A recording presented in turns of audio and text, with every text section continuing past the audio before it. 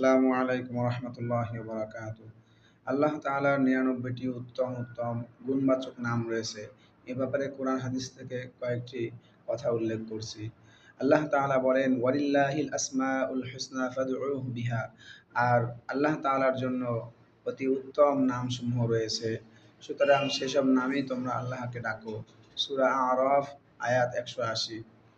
বানি ইসরাঈলে আল্লাহ তাআলা বলেন, কুল উদউল্লাহা আও উদউর রহমান আইয়াম্মা তাদউ ফালাহুল আসমাউল হুসনা।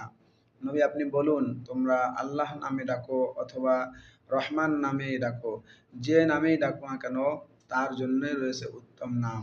সূরা তাহার ৮ নং আয়াতে আল্লাহ তাআলা বলেন, আল্লাহু লা ইলাহা ইল্লাহু লাহুল আসমাউল হুসনা।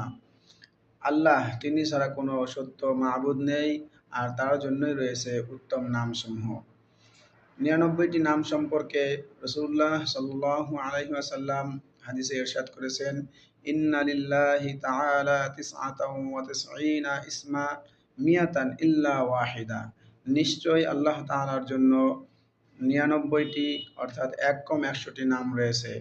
মান আহসাহা দাখালাল জান্নাহ। যে ব্যক্তি এই নামসমূহকে গণনা করবে, মুখস্থ করবে, অনুধাবন করবে, তদনুযায়ী আমল করবে, সে ব্যক্তি জান্নাতে প্রবেশ করবে।